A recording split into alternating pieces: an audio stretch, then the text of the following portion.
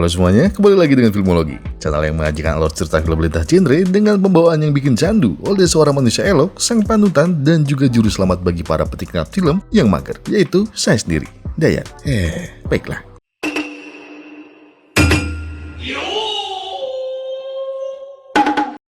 Cerita berawal pada tahun 136 Masehi, atau 6 tahun setelah pengangkatan Lucius menjadi arsitek terbaik Romawi oleh Kaisar Hadrianus. Semenjak pengangkatan itu, Kaisar Hadrianus mulai menghentikan invasinya melalui perang dan diganti dengan jalur damai. Namun seperti halnya negeri Konoha, ada pihak-pihak yang tidak suka dengan jalur damai tersebut. Karena menurut mereka, Romawi adalah bangsa terkuat dan terhebat. Jadi para anggota Maksudnya, para anggota Senat Kekaisaran Romawi lebih memilih menampilkan militerisme yang kuat karena ambisi mereka untuk menguasai dunia. Salah satu cara mereka adalah menggelar ajang pencarian bakat Romawi atau disingkat menjadi gladiator yang diselenggarakan di Kolosium. Jikalau pada ajang pencarian bakat peserta menampilkan bakatnya seperti menyanyi, menari, dan entahlah apa ini, tak berbeda jauh dengan gladiator. Peserta juga diharuskan bisa menyanyi, menari, dan sedikit mencangkul.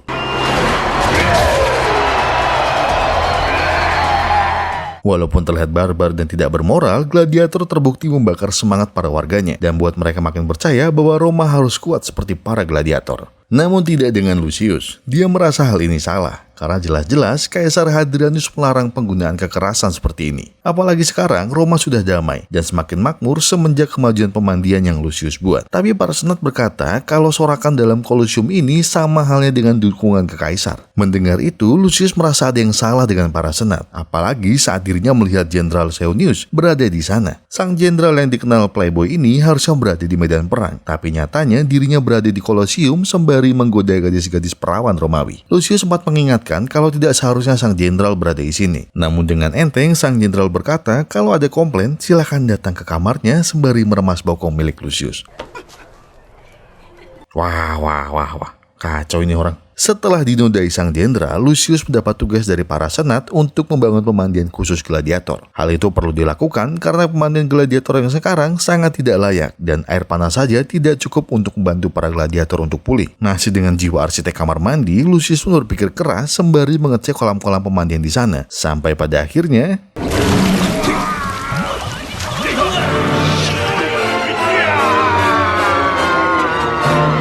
Lucius kembali tersedot. Ternyata kali ini Lucius muncul di pemandian para pesumo. Lucius pun mau tidak mau digering keluar pemandian karena dikira akan menonton pertandingan sumo tapi nyasar ke pemandian. Di sana Lucius bingung saat melihat pertandingan sumo. Awalnya dia meremehkan acara tersebut dan mengira kalau itu hanyalah pertandingan tinju barbar. Namun dia kaget saat melihat jalannya pertandingan yang ternyata bukan tinju barbar. Penonton bahkan sampai bersorak-sorak saat melihat pertandingan yang berhenti saat salah satu pesumo keluar dari ring. Lucius pun kaget bagaimana bisa ada pertandingan damai dan bisa membuat para penonton menjadi liar. Akhirnya dia pun tersadar kalau tempatnya muncul adalah pemandian para petarung. Segera dirinya pergi dan menuju pemandian sumo sebelumnya dan juga disusul oleh mami yang duduk. Di pemandian, Lucius kagum dengan segala fasilitas yang ada di sana. Mulai dari alat pijat kaki, kursi pijat, bubuk obat untuk kesehatan, sampai timun hitam di atas kepala. Dan seperti biasa, Lucius mengira selalu ada budak yang membuat semua alat di sana bekerja.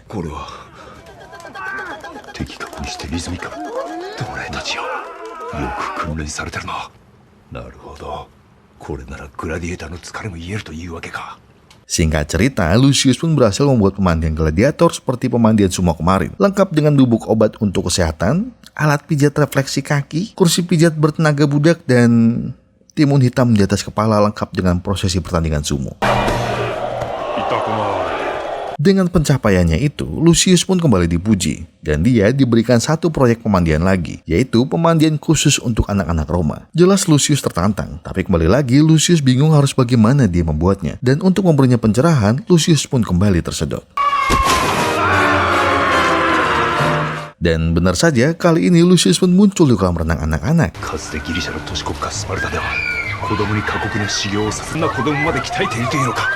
Beruntung Lucius diberi handuk oleh petugas di sana karena dia mengira kalau celana renang Lucius hilang saat dirinya meluncur di perosotan. Penasaran dengan apa itu perosotan, Lucius pun ingin mencobanya. Dia penasaran kenapa turunan berkelok-kelok seperti itu bisa memberikan kebahagiaan dan wajah yang ceria ke orang-orang yang menaikinya. Lucius terus tenggelam dalam pikirannya saat melihat perosotan itu ternyata lumayan curam. Sempat ragu, tapi Lucius berpikir kalau dirinya sebagai pria Roma tidak boleh menunjukkan rasa takut, apalagi di depan anak-anak dan wanita. Pria Roma harus kuat, biar sangar. Pria Roma gak ada yang menakut. Minimal pria Roma.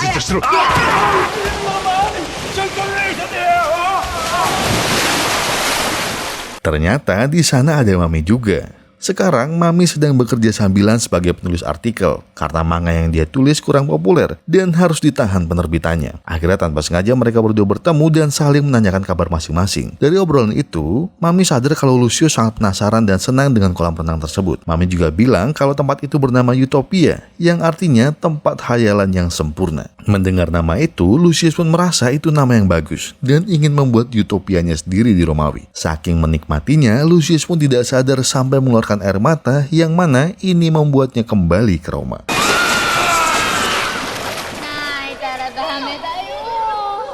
Oh iya, buat kalian yang nggak tahu, setiap Lucius ngeluarin air mata di masa depan, dirinya akan segera kembali ke Roma. Sama halnya kayak Mami di film pertama yang terharu dan setelah itu perlahan hilang dan kembali ke Jepang. Dan bisa kita tebak, sekali lagi Lucius berhasil membuat pemandian baru khusus anak-anak, lengkap dengan perosotan dan pipa air tenaga budak.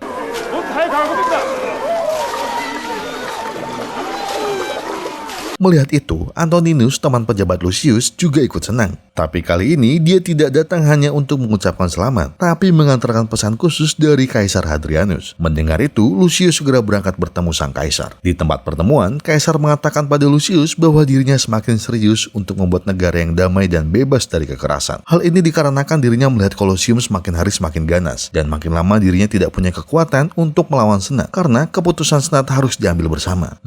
Seperti negara Konoha. Maka dari itulah, Kaisar Hadrianus mengutus Lucius untuk membuat pemandian untuk kedamaian. Kaisar bilang kalau tanah yang mereka pijak sekarang adalah tanah keramat yang mempunyai sumber mata air panas melimpah. Dia ingin Lucius bisa membangun pemandian yang bisa merawat rakyat yang cinta damai di situ. Mendengar perintah sang kaisar, Lucius sebagai pria Roma sejati berjanji akan membuat pemandian Utopia, sebuah tempat hayalan yang sempurna. Namun tanpa mereka sadari, para senat mendengar hal itu dan tampaknya mereka tidak senang. Di tengah sibuknya dia membangun pemandian perdamaian, Antoninus kembali datang dan memberi kabar kepada Lucius tentang keadaan Jenderal Seonius yang sedang tersudut karena banyak prajurit di daerah perang yang kelelahan. Terlebih lagi, Jenderal Seonius juga jatuh sakit. Antoninus minta tolong pada Lucius untuk membuat pemandian khusus bagi sang jenderal agar penyakitnya bisa sembuh. Lucius yang memang tidak suka dengan Jenderal Seonius tergerak hatinya karena tertantang untuk membuat pemandian pribadi yang bisa dibawa dengan kereta kuda. Jelas Lucius tidak bisa membawa ember marmer karena terlalu berat. Terlebih lagi di perjalanan bisa saja ember itu pecah karena jalan yang tidak mulus dan sangat jauh. Lucius berpikir keras, apakah ada cara efektif untuk buat pemandian pribadi sang jenderal dari jauh? Belum lagi dia sekarang sedang membangun pemandian khusus dari permintaan kaisar. Dirinya tidak bisa mengerjakan keduanya sekaligus. Tapi kalau harus menunggu salah satu selesai, semua pekerjaan bisa mangkrak. Lucius tidak ingin proyeknya mangkrak seperti Hokage dari Konoha yang... Dan lagi-lagi Lucius tersedot dan muncul di pemandian. Ternyata kali ini dia muncul di bak kayu air panas. Lucius kagum dengan desain bak mandi tersebut. Dengan desain bak yang seperti ini, harusnya dia bisa mengirimnya ke sang jenderal agar bisa dirakit di sana.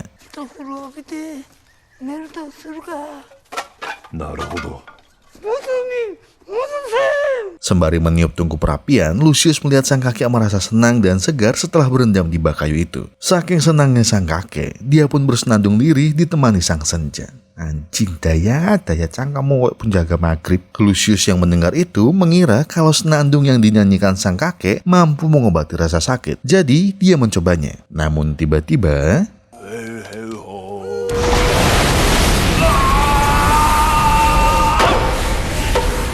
Singkat cerita, Lucius berhasil membuat pemandian pribadi untuk sang jenderal. Tak lupa dengan senandungnya, Lucius pun mendapat surat pujian dari sang jenderal, yang membuat Lucius sempat berubah pikiran kalau sang jenderal tidak terlalu buruk juga untuk menjadi kaisar selanjutnya. Namun, itu semua berubah ketika dia membaca kalau sang jenderal juga minta dikirimkan 10 wanita cantik Romawi.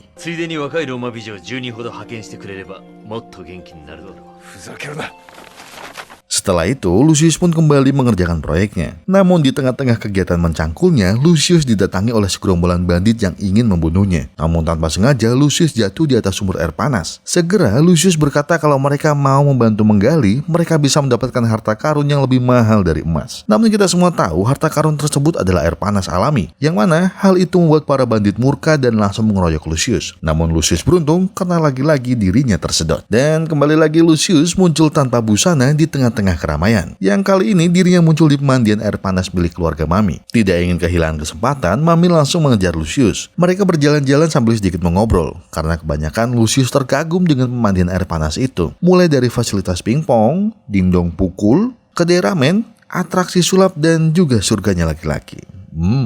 Tempat yang menarik kayaknya. Namun yang membuat Lucius lebih kaget adalah di sana ada pemandian campuran. Lucius sempat menolak saat diajak Mami mandi bersama, karena itu perbuatan saru. Namun Mami tetap memaksanya, sampai akhirnya Lucius berendam juga. Lucius kaget karena pemandian itu tidak seperti yang dia dan saya pikirkan. Semua orang berendam bersama tanpa berbuat saru. Bahkan Lucius makin kagum saat melihat ada beruang ikut mandi bersama seorang nenek-nenek. Tapi ya harus kita maklumi, Lucius dan saya adalah laki sejati. Jadi wajar jika ada yang berdiri. Untuk mengurangi rasa berdirinya, akhirnya Lucius mencoba menatap tajam seorang bapak-bapak, yang mana hal itu malah membuat sang bapak-bapak malu. Oke, singkat cerita, Lucius kembali ke Roma dan lagi-lagi berhasil menerapkan ilmu yang dia dapat di pemandian milik Mami. Semua orang senang. Bahkan para bandit yang tadinya menganggur sekarang sudah mendapatkan pekerjaan. Biarpun beberapa bandit masih bingung dengan salah satu inovasi Lucius yang satu ini. Kayaknya nggak gitu deh. Tapi Lucius kembali diterpa masalah. Sang jenderal sakitnya semakin parah, dan Kaisar tidak setuju dengan pemandian campuran yang mau Lucius buat seperti pemandian milik Mami. Kaisar berkata kalau itu tak bermoral, padahal menurut saya itu seru. Belum lagi masalah mata air yang tidak kunjung keluar. Para pekerja Lucius sudah mulai kelelahan, tapi Lucius adalah tipikal orang yang lakukan atau mati sekalian. Jadi dia tidak menyerah sama sekali. Namun yang sangat sayang sekali, pinggangnya menyerah. Lucius yang tersedot kembali muncul di pemandian Mami. Beruntung dirinya berhasil ditemukan oleh ayah Mami dan segera diobati. Namun Lucius kembali pingsan saat melihat dirinya ditusuk banyak jarum. Alah, katanya pria Roma, kok kalah 4-0. Kembali Lucius terbangun, tapi kali ini dia lebih rileks. Ternyata ayah Mami berhasil mengobati pinggang Lucius dengan cara memijat. Ayah Mami bercerita kalau dirinya bisa memijat seperti ini berkat ajaran dari dokter Namikoshi, sembari menunjuk sebuah patung. Lucius yang melihat itu pun langsung membungkuk dan mengira kalau patung tersebut adalah dewa.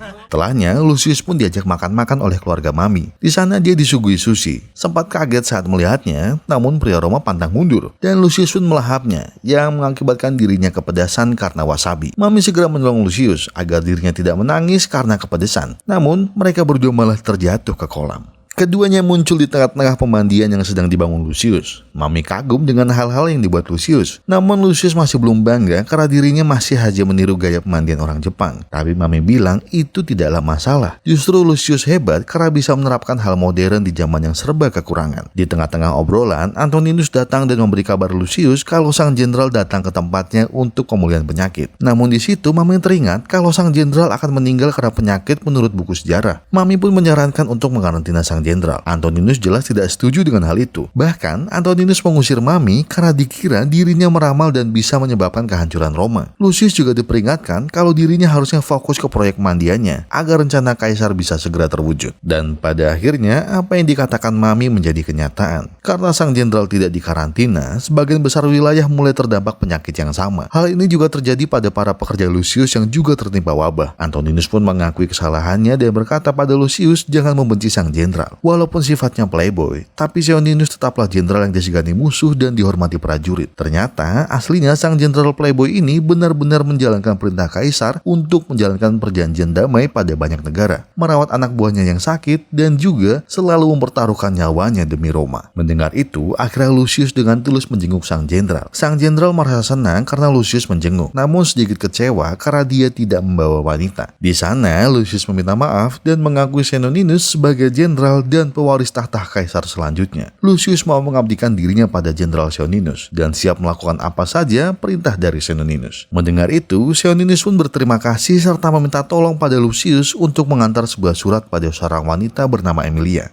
Lalu ada surat untuk Julia, terus ada surat untuk Maria, terus 1 hour later.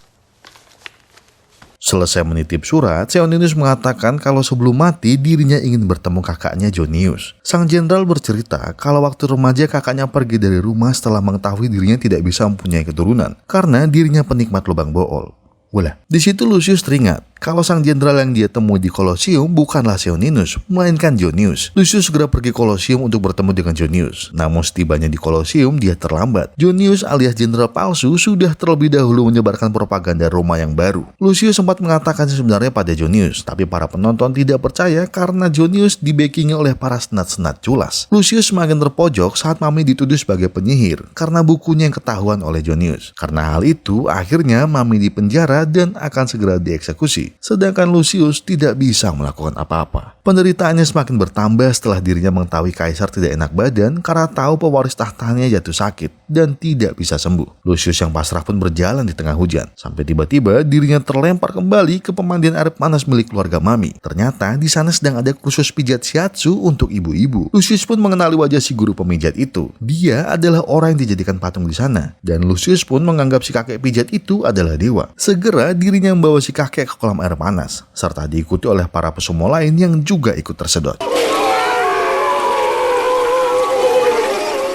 Singkat cerita, kaisar berhasil sehat setelah dipijat oleh kakek pijat. Setelahnya, Lucius pun diam-diam menemui Mami di penjara. Di sana Lucius berusaha mengeluarkan Mami, tapi Mami berkata bahwa dirinya bisa saja pergi dari sana dengan menangis. Namun bukan itu yang Mami inginkan. Dia ingin bersama Lucius selama mungkin. Maka dari itu, dia menahan semua ketakutannya. Dia ingin menemani Lucius dan menjadi saksi ketika pemandian perdamaian Lucius selesai dibangun. Lucius yang sedang terharu mendengar itu tiba-tiba kaget saat ada gladiator yang datang. Dan tanpa basa-basi, sang gladiator langsung mengangkat kapaknya dan memotong kunci penjara. Ternyata dirinya sependapat dengan Lucius. Dia sudah muak dengan hidup penuh kekerasan. Dirinya juga ingin hidup damai dan bahagia. Dan dengan gagahnya, sang gladiator menahan para penjaga agar Lucius dan Mami bisa kabur. Sementara di Kolosium, berita kaburnya Mami sudah diumumkan Jonius, sang jenderal palsu. Dia dengan masih membawa propagandanya berkata kalau mereka harus menyerang tempat pemandian Lucius dan mengeksekusi Mami di sana. Para warga dan prajurit pun segera pergi untuk menggeruduk tempat Lucius. Di lain tempat, Lucius masih terus berusaha menggali untuk mencari sumber mata air panas. Anak buahnya sempat mengabari kalau warga dan sang jenderal palsu sedang menuju tempatnya. Tapi kembali, dengan gagah, Lucius berkata kalau lebih baik dirinya mati saat sedang mencoba daripada kabur tanpa berusaha. Namun semuanya terlambat.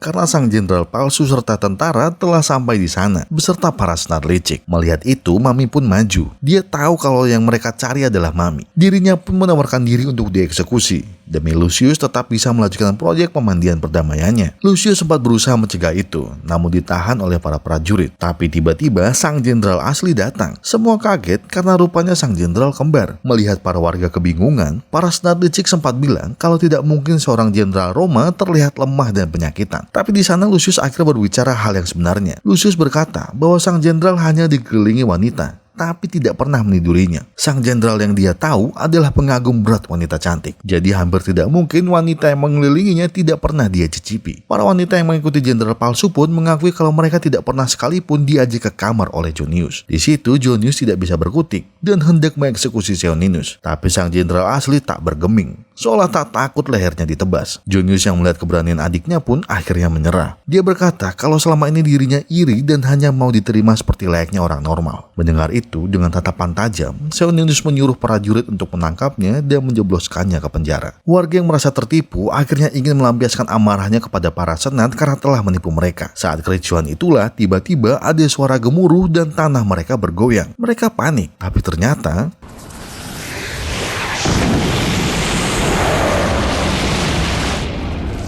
di kejauhan, mereka melihat air mancur yang sangat deras muncul dari tanah keramat. Lucius bingung, bagaimana bisa? Dan ternyata, tanpa kita sadari, sang gladiatorlah yang melanjutkan penggalian. Serta dia dibantu oleh para pesumo yang sebelumnya tenggelam bersama.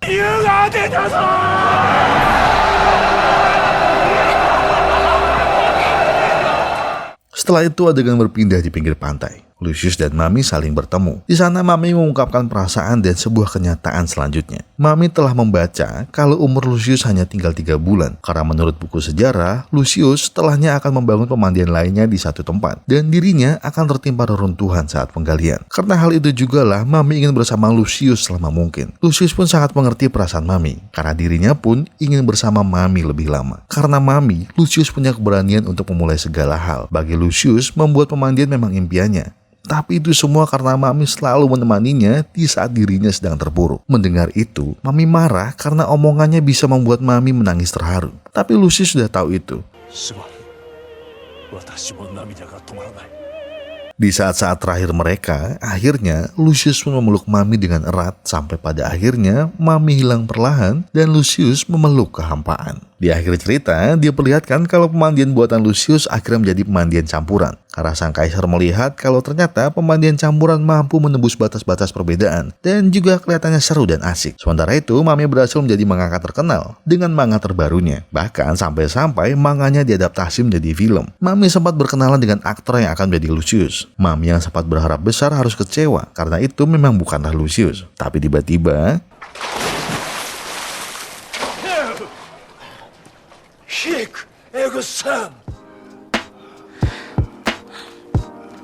dan pelajaran yang bisa kita petik dari film ini adalah jika perempuan sudah niat dengan satu laki-laki, maka percayalah menarik bulan sang laki-laki pun sanggup. Puitis banget tulisannya. Oke, jadi terima kasih buat yang sudah menonton video ini sampai habis. Terima kasih juga buat like dan subscribe-nya. Jadi saya lihat undur diri dan sampai jumpa di video berikutnya. Dah.